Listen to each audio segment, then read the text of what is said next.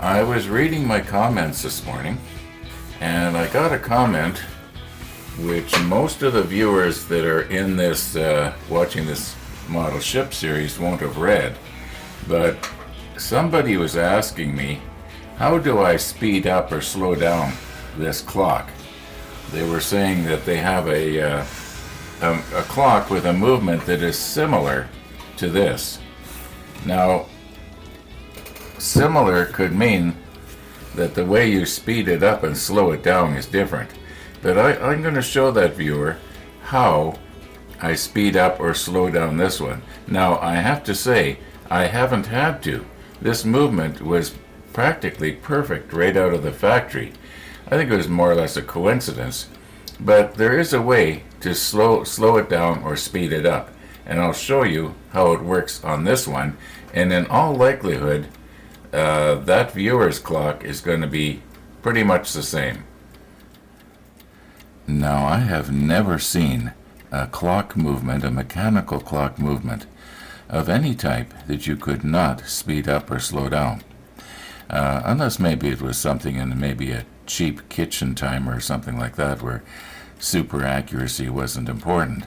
However, most of them you can in some way speed them up or slow them down.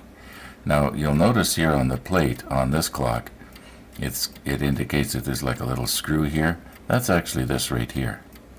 Okay, so if I wanted to, like you were saying, your clock is running too fast, so you're gonna want to slow it down. This is the plus, this is the minus. So you're gonna want to slow it down.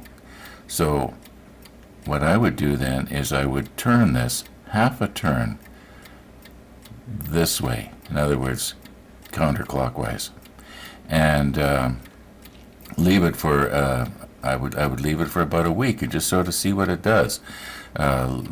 What you want to do is go from it, like my clocks, I wind them once a week, even though they're called an 8-day movement. I wind them once a week, and so what you want to do is go from winding to winding, and just see what it does. If it if it's still a little bit too fast, well, give it another half a turn and leave it for a week. On the top here, you'll see this lever. It's because of the case, I can't really aim down too much and show you accurately, but I think you can sort of see it. This lever here would be turned when you on this screw, because when you turn this screw, this lever is also going to change. And over here, you'll notice where the hairspring goes through part of this lever that hangs down. Well, that would in effect shorten or lengthen the length of the hairspring, sort of like shortening or lengthening the length of a pendulum rod in a pendulum clock. Shorter the pendulum, the faster it goes. And of course, in this case, you want to lengthen your hairspring because you want to slow it down. So that should be, if I was to turn this screw this way, it should be drawing this end closer to you, pushing the other end further away, which does, if you look at it, in effect lengthen the hairspring very, very slightly. But I mean, you're probably only going to want to do it a few seconds a day anyway, right? So I hope this helps you. I don't know where the adjustment would be on your movement. You were saying that the movement is similar. There has to be something somewhere. Now, once again, I have slipped on my macro lens, and I can see that I made a mistake. And my mistake is I was reading those little arrows wrong. It appears that you would turn the screw to the right to slow it down, and to the left to speed it up. And it looks like every 1/6 of a turn, you're going to be slowing it down or speeding it up 10 seconds a day.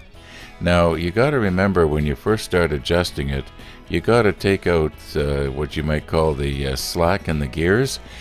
So it could possibly be that the first time you turn it, nothing changes. Well, turn it again.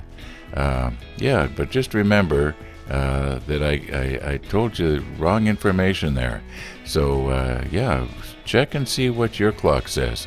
Yours could be opposite of mine, depending on how they've set up the mechanism for speeding it up or slowing it down. But it's got to have something. Like I said at the beginning, I've never seen a movement that you could not in some way speed up or slow down. Now, thanks for asking. Thanks for watching.